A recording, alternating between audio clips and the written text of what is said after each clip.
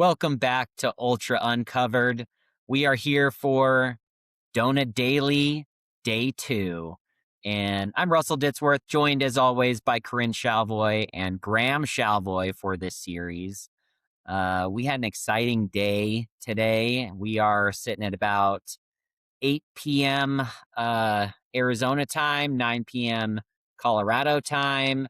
And the fields have really developed into some interesting podiums, both men and women in the front of this race. And man, I don't know, where should we start this for today? How are we doing cross-country scoring? Okay, so there was a big shakeup in the scoring. I'm just going to go ahead and remind everybody who people had on the men's side. So on the men's side, Graham had Joe McConaughey, Adam Kimball, Max Joleaf, Killian Korth, Jeff Garmire. Corinne, you had Killian Korth, Garmire, Zach Hauer, Cody Poskin, and Etta Ramirez. And I had Zach Hauer, Max Joleaf, Etta Ramirez, Adam Kimball, Jeff Garmire. So what you're saying is I'm winning. So let's real caveat here. There's 100 miles left. No. There's like 70 miles, 60 miles left for a couple of these people. Yeah. Even the only person at 190 is Rachel Entrekin, who's currently walking.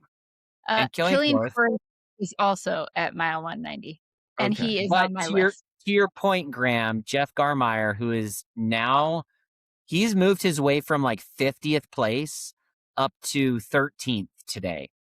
And so we should talk about him later. But, you know, he could very well move himself up into the top 10 and score in Fantasy Free Trail. So, Corinne, you're right. On the men's side, you are in first place. I'm in second place.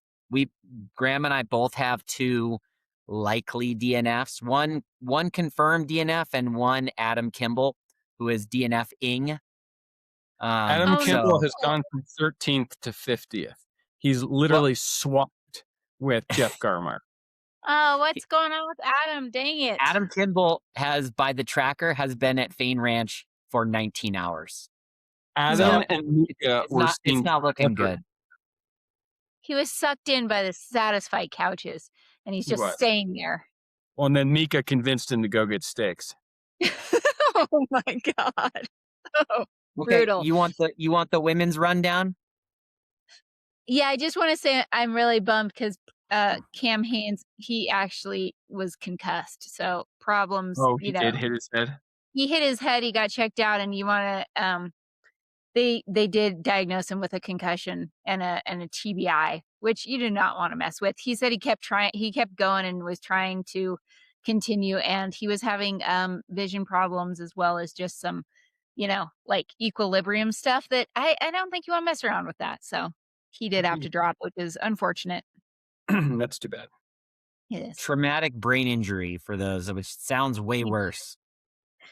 Yeah. Well, TBI, yeah, I mean, they're scary. Also Max Jolliffe.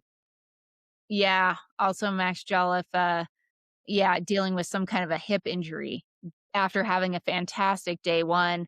Something started to go wrong. He said every time he started running again or moving again, it just continued to progress worse and worse and worse. And I mean, what can you do at that point? It's like you're not gonna sometimes it just makes the decision for you. I saw an Instagram comment where someone had said that they had seen a live shot of him running and he had a hitch in his giddy up right before he dropped. Yeah, I think his hip was surprising though, because when we saw him, I'll say early, but it was well past Prescott. He looked spry, like he was going into the Camp Kippa and the Camp Waymo, like looking great and like focused. So there was no perception of it at that stage. So it is. It could have been more of an acute thing, like maybe he stepped on something wrong or like almost fell and caught himself, and that irritated something. So you never know. Honestly, I'm surprised that more people don't deal with physical things that laid into these races. Like it just makes it even that much crazier that, someone like Rachel Entrekin can look to be moving as smoothly as they are after that many miles. It's amazing. But anyways, all right, women. All right, I'm going to review each of our women's picks. Graham, you had Courtney in first, Rachel Entrekin second, Lindsay Dwyer third, and Mika Thews in fourth, and Heather Jackson in fifth. You were first out of the gate. Currently, you're the only one with somebody who is in a potential DNF spot, so you're in last. And Corinne, you had Courtney, Lindsay, Meg Eckert, Lauren Jones, Heather Jackson. And then I had Courtney, Lindsay, Rachel, Manu, Villaseca, and Meg Eckert. So I'm actually a little bit ahead of you because your Lauren Jones is in eighth, and Meg Eckert and Manu are in fifth and sixth, but it's really close between us, and we have all five in play. Who's the potential DNF? Mika Thews, whose tracker on the official board, it says she is DNF-ing, which I don't know what the designation is there, if there's anything important that we can talk about there. I think it's just maybe that's not 100% confirmed, but her tracker has been at Deer Creek, or Dead Horse. I'm sorry. It's been at Dead Horse mile 133 since 1 p.m. today. So it's been over 7 hours now. Her tracker has been at one location for over 7 hours. But if she were to restart from 133, she would still be in the top 10. But that ship sails farther and farther away the longer you go. So yeah, that's crazy. Okay, well, it's I don't know. I have a quick story. Okay, here's my story. Kevin Schmidt, Courtney's husband. Yes. What? It's Kevin for sure. I couldn't remember his last name. I think it's Kevin Schmidt. He reposted my story, which was a repost of Liam's meme about Courtney jumping from the snake. Yeah. And also, Graham, I went downstairs and Liam's like, Graham liked my meme. He was excited about it. So he reposted it and he goes, how did I not hear about this? And he put Kevin. He posted it from her account. So then I messaged him and he was like, how did she not tell me about this? Like he was pacing her, and apparently like this is her worst nightmare. She's really afraid of snakes. And so it was yeah. And apparently it didn't come up in the entire time that he was pacing her that had happened. And so he had to find out through our reposting of the video footage. That's hilarious. She wanted to expunge it from her memory. Yeah. Yeah. It was pretty funny. So that's my little inside baseball story. Nice. I love it. One of the things I had written down is that Rachel, obviously the overall win seems important at this stage. Like the way that they left Munns Park tonight, just within the last hour, there was a little bit of stealth mode going on in terms of like between her and Killian Korth. But for the women's race, she has now extended her lead beyond 10 miles. So she is more than 10 miles ahead of Heather Jackson and Courtney Dauwalter at this stage. But that's all she's really been. There was a point real close to the time we were talking yesterday where she was 12 and a half. So it's not like she's really extending. It's that she's not slowing. Although, like I said before, Killian Korth was in that 8 station right behind her at Munns Park. I think he's going to get her. I don't know. So she was starting to walk, as we just saw, and he was having to really work on his body. We got audio that he said that his whole like chain on one of his legs was really kind of tightening up and stuff. So things are happening. And then Rachel hasn't slept. We don't really know if Killian has slept or not. So there's a lot developing here. It's I feel like anything could kind of happen at this point.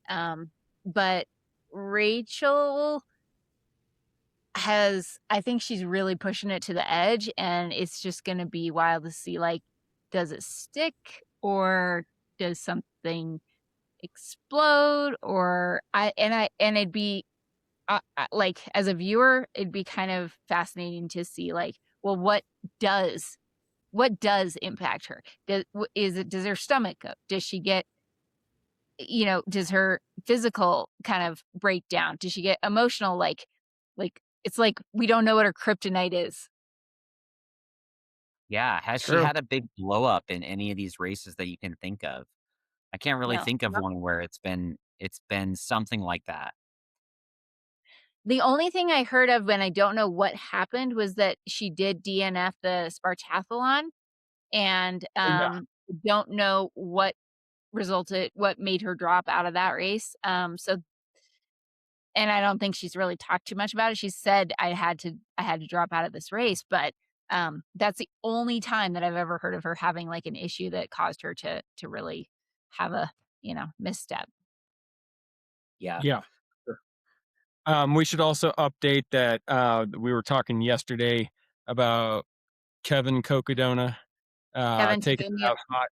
Yeah. That he sadly did not continue on to day 2. So Corinne called that one. Graham thought he would still finish in the top 20. Yeah. Yeah.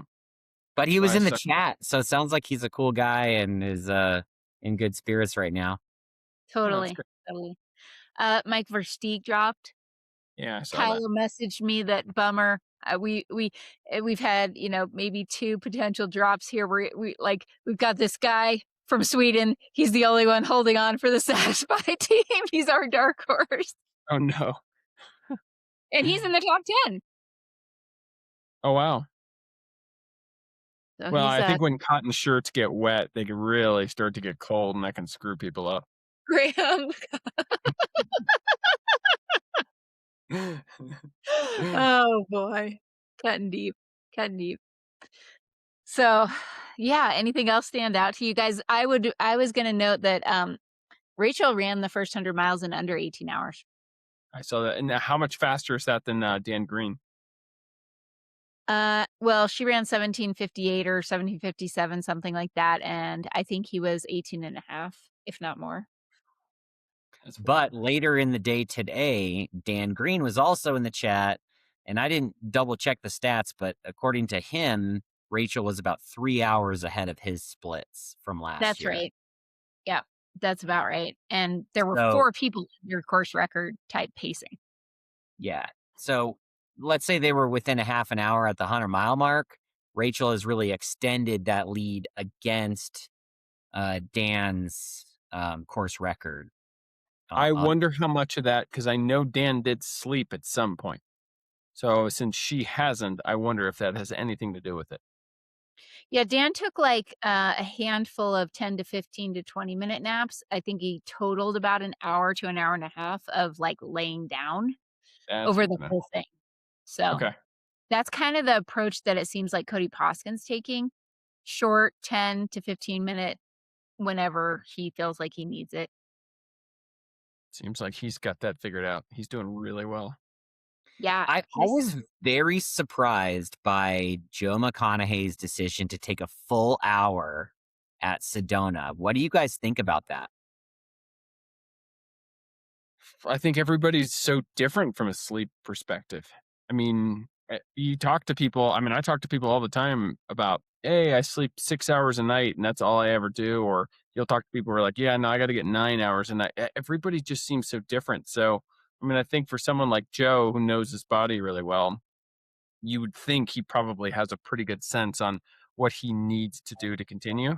So, I mean, I'll give him the benefit of the doubt on that. I think that he actually ended up spending 90 minutes at that aid, and I don't know if all of it was sleeping, but he was there for an hour and a half.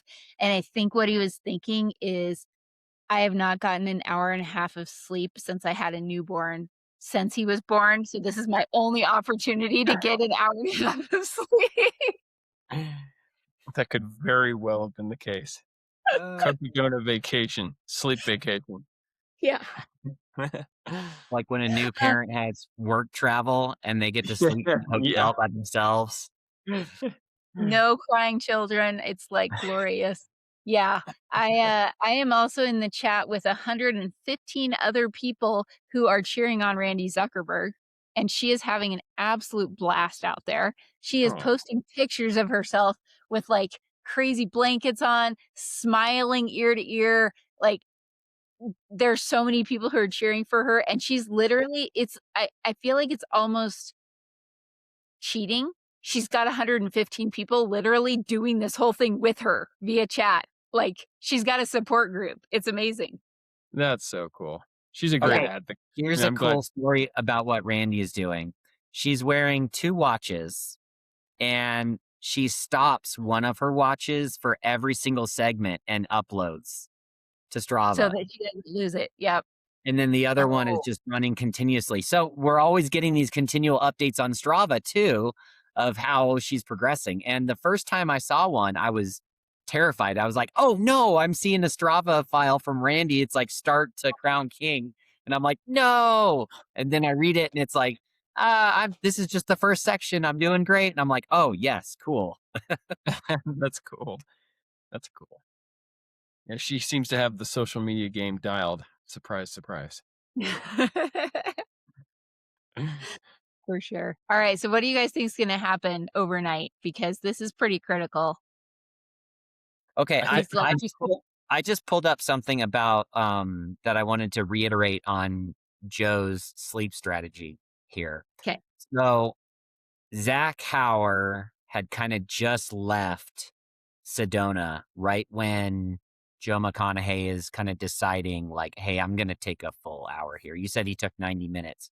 I remember looking at the tracker when Joe started back up again, and Zach had built a 6-mile lead at that point during that stoppage time. And in my mind, I'm thinking like, man, if he stops for a whole hour, that's like, he's got to go a minute or a minute and a half, 2 minutes a mile faster. And it's going to be, for the next 60 miles to catch up to people. Well, he's only 2 miles back of Zach Hauer and Courtney Dauwalter right now, according to the tracker. Oh my. So maybe his strategy is working out just fine and he's moving well now. This is the strategy that I was like, I want somebody to try this at this race of actually sleeping and getting high quality sleep and just trying to move faster in between the times that you're not sleeping. Like, has that actually been tested? I mean, the one thing, I mean, you both will know this. You go run a long race and you wake up the next day after a great night's sleep, and what do you feel like? Terrible.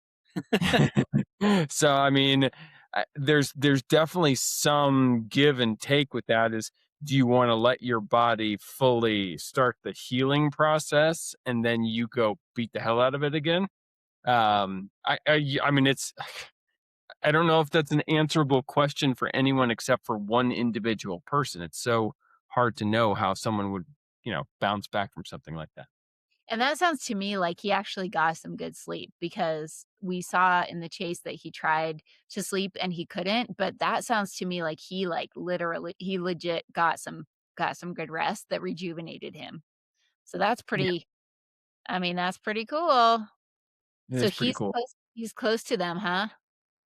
Yeah, so, I didn't dig in to see when it pinged and how far, but he's making progress. He's not 6 miles back anymore. Russ, what you asked me what I think is going to happen. I think Courtney storms the gates and takes the lead overnight. Ooh. Really? Courtney is currently 18 miles back. Of Rachel? Of Rachel. So, Joe McConaughey was 6. I know, but yeah, I don't know. That'd be crazy. I don't know if I see that happening, but I feel like tonight's really going to shake up the top of the leaderboard. I don't think it's just people are just going to continue. I think there's going to be a shakeup because weather tonight too, right? So that could impact different people differently. We might wait and people might have stopped for a while. Like we have no idea. It is supposed to blow out and get clear, but that's going to mean it's also going to get cold. Yeah. So here's a well, I think maybe Cody Poskin moves into the lead Yeah, because that could be. I feel like his trajectory, like, is still continuing to go up, whereas I feel like maybe Rachel and Killian, their bodies are starting to fail them a bit, and, um, I don't know. That's my prediction, but I also wanna know, do you guys think there will be multiple people on Eldon at the same time? And if so, how many people will be on the Eldon section concurrently? I think for certain podium spots, there will absolutely be multiple people on Eldon. For the lead, for the win on the men's and women's side, it might not be that case. It might be that somebody pulls away, but for sure, somewhere on the podium, people are going to be competing all the way to the last, 15 miles of this race. That's nuts, yeah. I think on Eldon at the same time, it'll be Courtney in the lead with Killian in second, Rachel in third, and Potskin coming up, storming the gates at the end. Whoa, okay. Potskin, huh? New entrant to the race? That Yeah, was a confidently mispronounced name. You can go ahead and put it on the board. What's his name? Poskin. POS. I think that's what I said. No T, no T. One I'm thing I real just familiar with them. not related to the front of the field, but maybe just to the organization of the race and kind of the group of runners for this year. I heard that the cutoff for Prescott is tonight at 10 p.m. and back at about 7:30. At least maybe 7:30 Mountain, might have been 7:30 Arizona. Regardless, like 2.5 hours before the cutoff, almost everybody in the field had made it through that point. So there was no one that was within an hour of the cutoff. Like everyone is going to clear that aid station that is still in the race. There are some DNFs that are out there, not a ton, but there are some. And everybody is going to clear that aid station. So it's like, are the people that are signing up for this race more prepared for it? Is the race just more dialed in, like, allowing the aid station to be set up with enough time for everybody to make it through? Like, I think that's amazing, first of all. Me too. But secondly, go ahead.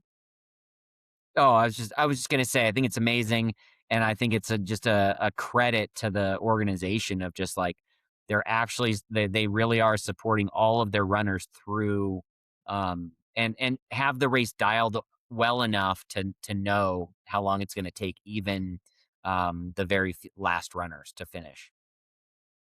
Yeah, I was thinking, or does it indicate that if you put that marker there, then people are gonna believe that they can hit, Oh, yeah, I think and there's then that too. they do. I also think there could be something to, this race has been going on for 5 years now. It's become a pretty important part of ultra running. I mean, even very quickly, it sells out the lottery. I think the quality of runner getting in these days probably is higher based on that. So you're seeing even back of the Packers who are still pretty good runners. Do you think though, because there's no qualification?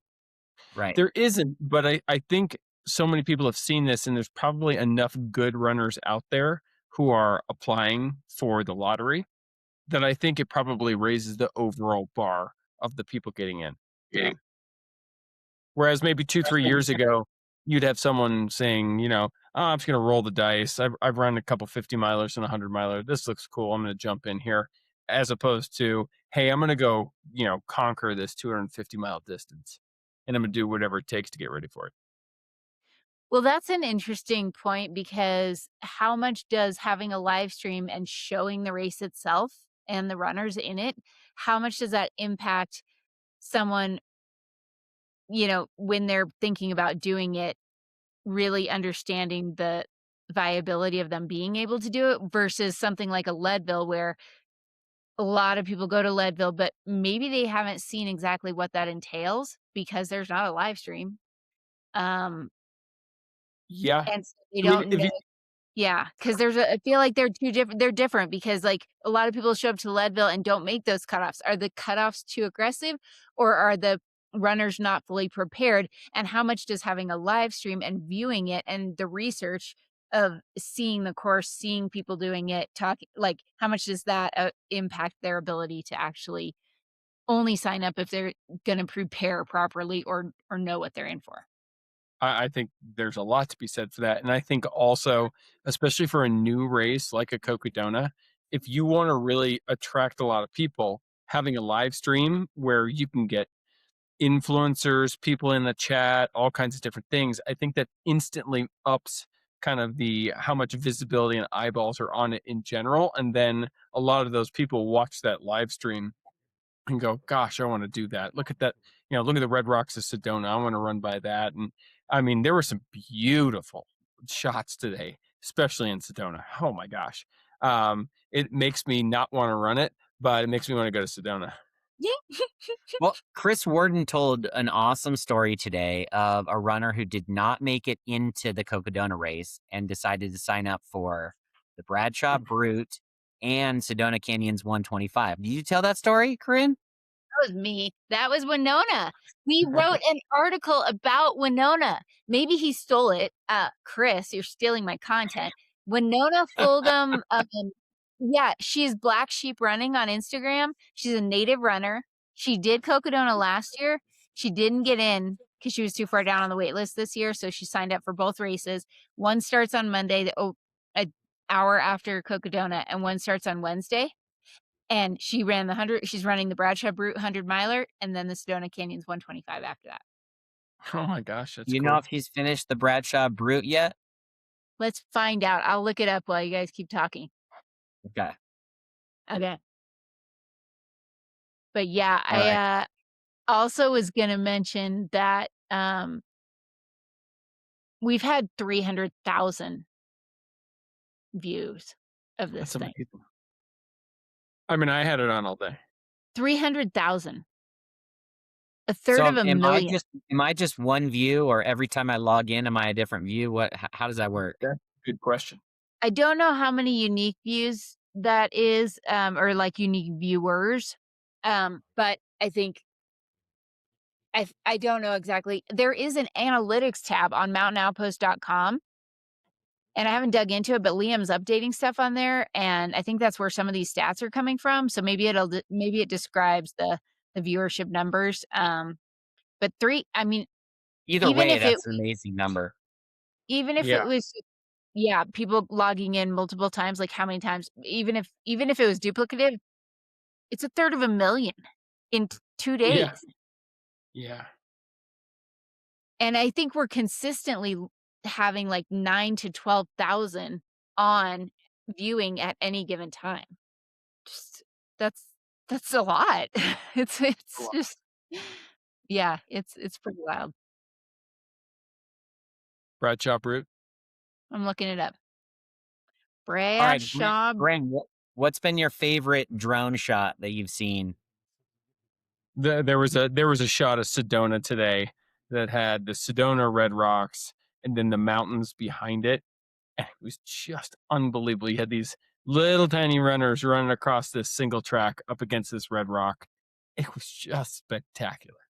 Was it the drones catching the like a far out of the hangover trail? Yeah. Yep. Okay. Yep. That was pretty cool.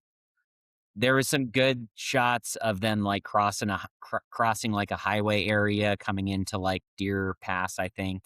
That looked pretty sweet. And then at the time it was Courtney and Joe McConaughey pretty close to each other. And so they had this awesome drone shot of the two of them, the two groups, runner and pacer together.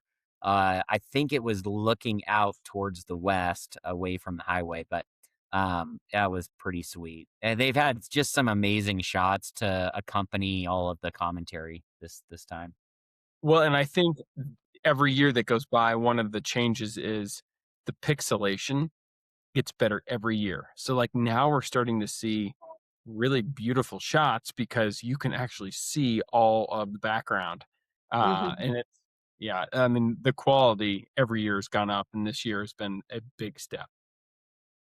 I've also liked you're seeing multiple runners on the same screen. So it's like, hey, we've basically got the entire women's podium. Like we've had a screen where it was like Rachel 10 miles up and Courtney and Heather. And maybe Courtney and Heather were kind of close. And it was almost like you could kind of see, oh, Heather passed this road, I'm going to count. And then you could be like 5 minutes later, you could see Courtney pass that road. And it was like, oh, that is pretty awesome. And it was continuous enough to be able to like look at it all. Yeah, totally. I think there's been some really, and it's cool. Like they'll show like Rachel and then the lead guy, and then the sound and the video is coming from an aid station where they're interviewing like a mid-packer. Like it's just really come such a long way from where it was before. Yeah, we've gotten lots of comments like that it's the best ever. It's better than ever. Like they're leveling up continuously. Our girl Winona finished the 100-miler 59 minutes ago. Winona. Oh. So then she has to start tomorrow morning? Yep. All right. Well, she's got a night of sleep, I guess. So go meet Mika, have dinner, stay in a hotel, and then they'll both come back out together. She and Mika are going to each down like 4 ketones, and then they should be out there raging again. Little no-mio to start. Crazy. Well, guys, we got anything else? My last prediction is that I think Zach Hauer has still got some more to give here. He seems to be sneaky. Well, his tracker is also sneaky. So, so he was in stealth mode for quite a bit today. But it seems to be working better now. And he just looks so solid. And even his stride and gait coming out of Sedona, it just looked kind of smooth and kind of bouncy, and just like he still had quite a bit in there. It's like, I think he's got 90 miles in him. Russ, do you know, was he a D1 runner? Yeah. Did he tell us? Okay. Did you run track? Okay. Yeah. He's not a small dude. I mean, he and Dan are both pretty tall, but I'm just trying to think about like durability and stuff. I don't know. He's a pretty big dude. He's tall. He and String Bean both. Yeah. I think Zach's probably 6'4", not NBA type. But to that point, I mean, Zach was also being paced by Emily Mann, who is not tall. So but I have hugged Zach Hauer in person at the expo, and he is definitely at least 6'4", if not 6'5". Easy now. Graham! I have to get. He's a tall dude. All right. Well, this was fun. Another Dona Daily. We'll upload it tonight. Hope you're enjoying it. And then stay tuned. We might have something very exciting Thursday morning. But tomorrow, what's going to happen? And I don't know. We might have to record a little earlier depending on when people are finishing this thing. But yeah, we'll discuss. Sounds good. See you tomorrow. All right. See you tomorrow. Oh, she just dipped. Oh, she's out. She's out. All right, buddy. Have a great night. It all saved. Me too. On her end. Let me see. On my end, it says keep tab open. Oh, yep, we're good. Okay.